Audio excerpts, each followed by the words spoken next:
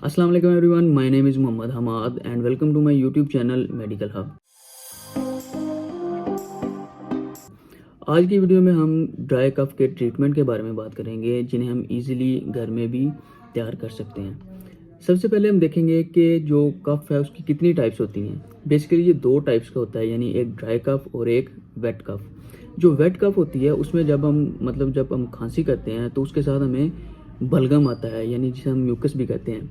लेकिन dry cough में बलगम जो है वो हमें नहीं आता, इसीलिए इसे हम ड्राई कफ कहते हैं। अगर हम इसके ट्रीटमेंट की बात करें तो हम इसे ईजिली जो है घर में तैयार कर सकते हैं, जैसे कि हनी से, यानी शहद से।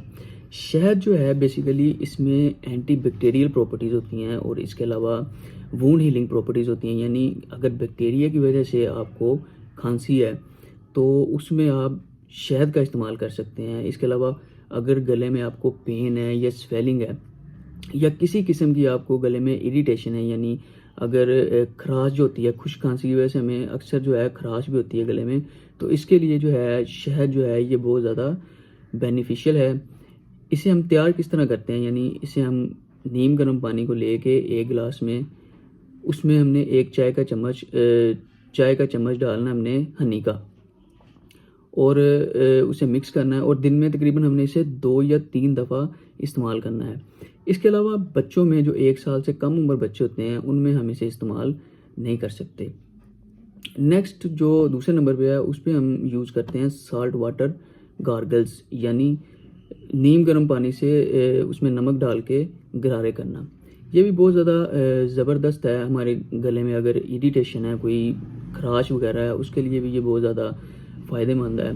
तो इसको तैयार करने का तरीका क्या है कि इसके लिए इसमें हम चाय का चम्मच जो होता है उसका चौथा हिस्सा हम नमक लेके पानी में डालेंगे और उसे मिक्स करके उसके साथ गरारे करेंगे। इससे क्या होता है कि जो हमारे जो मसल्स हैं, यानी जो टिश्यूज़ होते हैं हमारे गले के, उसमें अगर म्यूकस वगैरह है वो भी क्लियर हो जाता है, अगर उनमें सोजिश है वो भी इससे क्लियर हो जाती है, और पेन वगैरह भी इससे ख़त्म हो जाती है। नेक्स्ट हम बात करेंगे जिंजर यानी अदरक के बारे में। यानी अदरक से भी हम इसका बासानी इलाज कर सकते हैं, क्योंकि इसमें एंटी बैक्टीरियल और एंटी इन्फ्लेमेटरी प्रॉपर्टीज़ होती हैं। इससे क्या होता है कि ये जो हमारे एयरवेज हैं, उसके जो मसल्स हैं उसको ये खोल देता है, यानी मसल्स अगर तंग हुए हैं हमारे एयरवेज के, उसको खोल देता है। इससे क्या होता है कि जो हमारी कफ रिफ्लेक्स है, यानी जो हमें खांसी आ रही होती है, वो रुक जाती है। इसे तैयार करने का तरीका क्या है कि हमने अदरक को थोड़ा सा लेना है और उसमें नीम गर्म पानी में, यानी शहद डाल के नीम गर्म पानी में उसे भी ऐड करना है, और इससे जो कफ है ड्राई कफ में बहुत ज़्यादा रिलीफ मिलता है।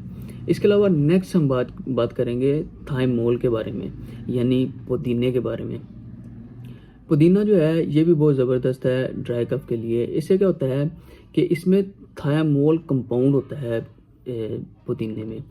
तो इस कंपाउंड की वजह से क्या होता है कि जो हमारे मसल्स हैं गले के, जो सिकुड़ गए होते हैं खांसी की वजह से, वो रिलैक्स हो जाते हैं। तो इसकी वजह से जो खांसी है, हमें खांसी आ रही होती है, वो नहीं आती, कफ रिफ्लेक्स जो होती है वो स्प्रेस हो जाती है।